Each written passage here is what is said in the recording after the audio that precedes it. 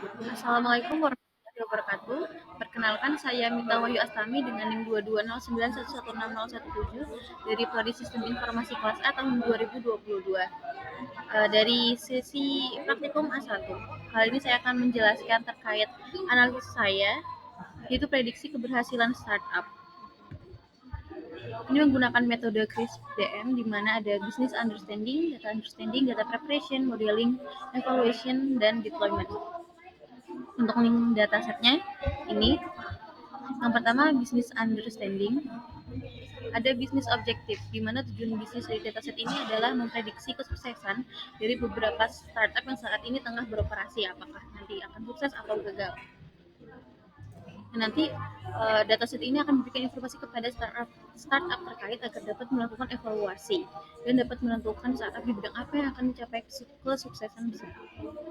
Lalu asset situasi bisnis yang mendasari analisis ini adalah tingkat risiko kegagalan yang cukup tinggi pada startup. Dengan ketersediaan data yang cukup dapat membantu para pendiri startup untuk memahami dan menganalisis faktor-faktor apa saja yang dapat memberikan kegagalan untuk startupnya dan dapat menghindari hal tersebut.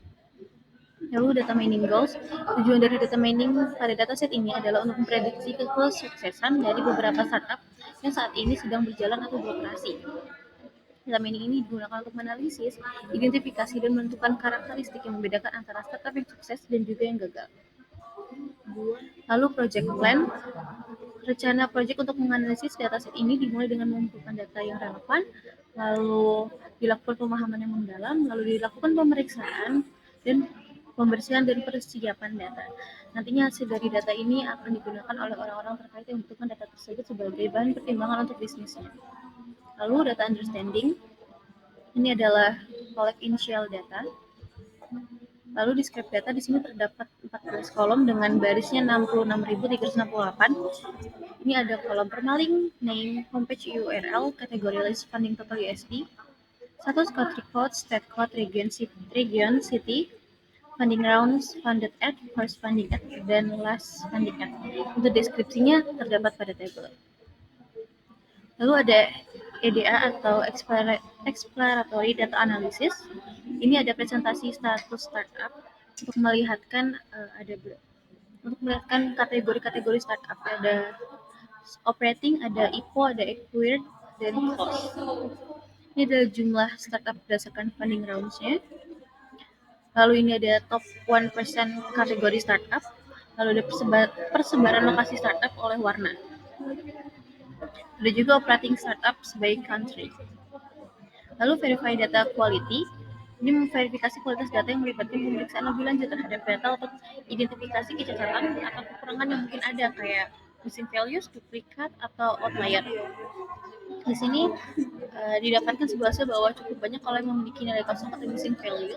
Selain itu masih ada kolom yang memiliki presentasi outlier sebanyak 8,9 atau sekitar 9%. Dan tidak ada duplikasi data pada dataset.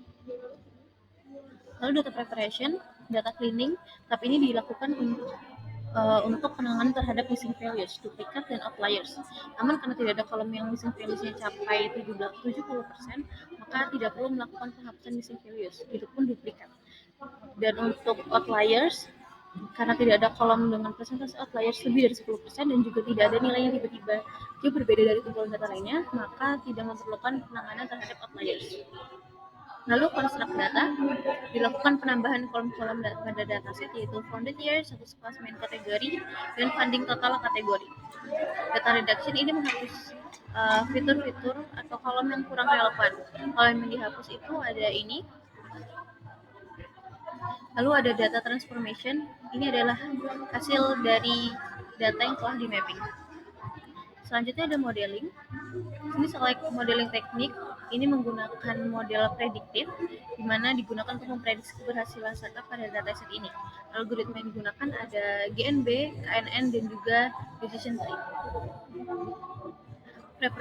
Preprocessing, pertama splitting data digunakan untuk membagi dataset menjadi data latih dan juga data uji.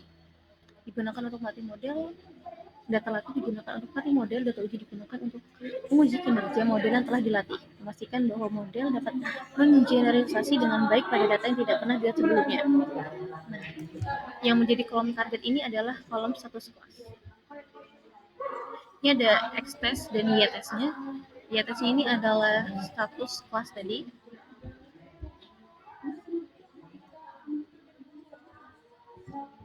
Selanjutnya ada normalisasi data, mengubah rentang kolom numerik menjadi 0 hingga 1 untuk setiap nilai.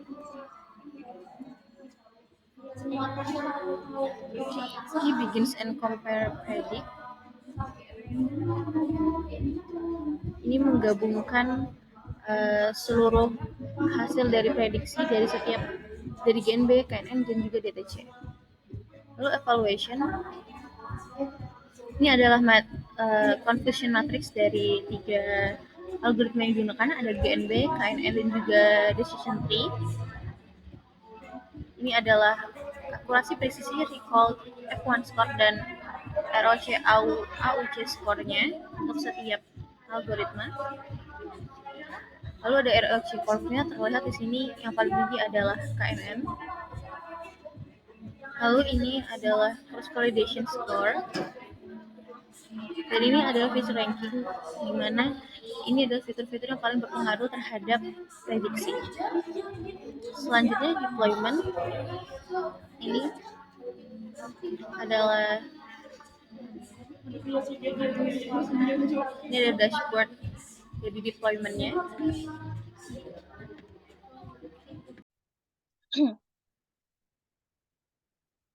Nah, ini adalah untuk deployment-nya. Yang pertama di sini ada menu pengenalan. Ini menjelaskan terkait isi dashboard-nya. Di sini ada data dari Kaggle. Lalu ada data yang di mapping juga. Lalu visualisasi data. Ya, untuk visualisasi ada 4, yaitu distribusi, perbandingan, hubungan, dan juga komposisi. Untuk distribusi ini, lalu untuk perbandingan, ada 2, yaitu ini dan ini. Lalu untuk analisis hubungan itu ada hubungan antara funding rounds dan status perusahaan, dan ada hubungan antara status dan funding rounds. Untuk komposisi ini ada 1, yaitu komposisi startup, satu startup dalam pie chart. Ini ada 4, operating, false, acquired, dan IPO. Ini diambil dari data yang sebelum di mapping, yaitu yang dari original dari Kaggle-nya. Untuk prediksi, ini dicoba.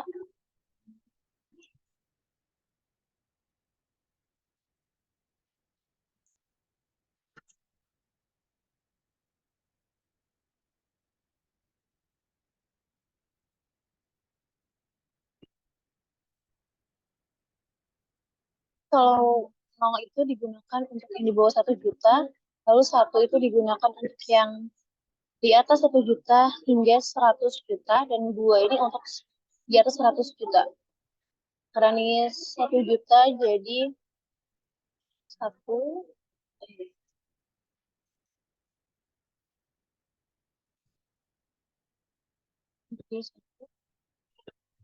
Jadi hasilnya sukses. Gitu.